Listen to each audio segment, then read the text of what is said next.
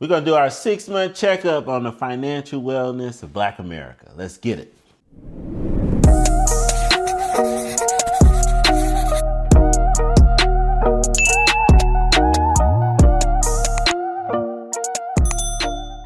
So listen, right, as it relates to finances in the Black community, let me talk about how I see money, and I always call it in different phases of money.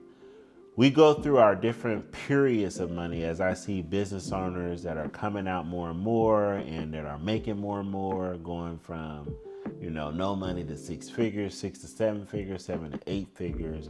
There's a habitual thing that needs to happen in phases that we go through with money. So let's talk about the first phase. First of all, most of us, not all, but most of us come from a place of no money. Growing up, right? We struggled, projects, things of that nature, or we just barely got by. Our parents was hardworking people.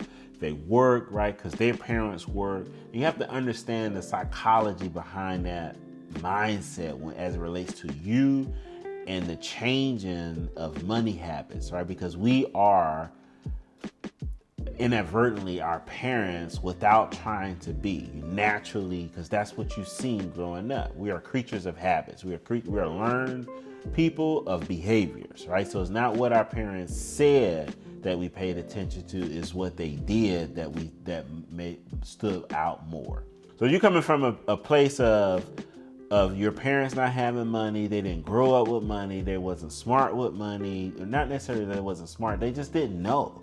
And that's just really what it boils down to. They had to struggle their way to get to where they're at. Credit wasn't always good. We're leveraging cash or other people's credit, children's credit, things of that nature. It's hard to break those shackles as you're trying to walk into a new space, because there's habits to do that don't even have nothing to do with money.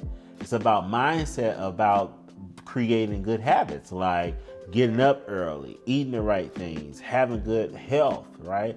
Being able to get educated in the right space. I'm not saying college is bad, but go to school for what you want to go to school for, but get educated in the right things so that you can help grow your financial situation to better your family.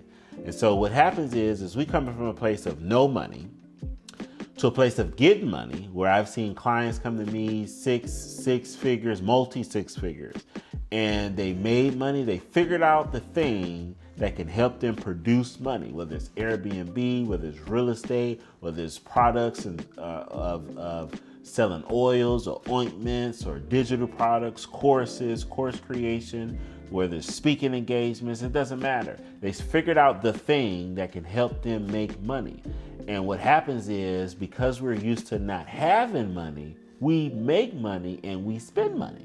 So as soon as you get the money, you're going out. We're going to the Louis, the Gucci, to everything under the sun. We're traveling more, we're doing more things, and you go through a period of creating a lifestyle that you never had. We're eating more, we're eating out more, we don't cook as much, right? Because that's what we were used to growing up. So now you can eat at the 5-star restaurants, right? The restaurants where they were $200 plate restaurants, right? And those are the things that we're gonna do to experience a luxurious life.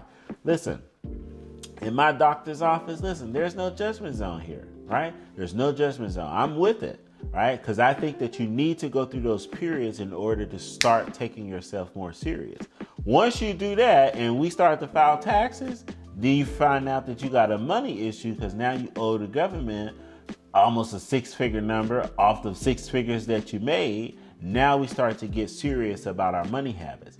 And so these are things where different methods like Profit First comes into play, right? So I'm not saying that I'm a fan or not a fan of Profit First, but the science behind Profit First is building a good money habit so that your money can grow and last longer, and you're being smart about it. But all starts with a habit. So if I make money, I can put 30% towards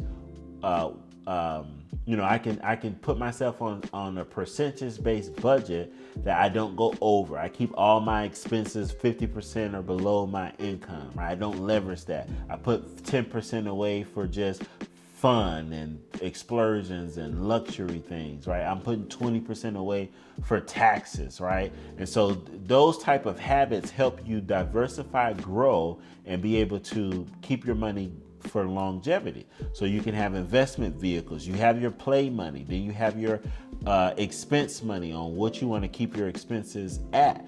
And as you make more money, you still keep those percentages, the money just grows even bigger. So now that when it comes to the end of the year, now we start to tax plan, or we have money to pay the taxes.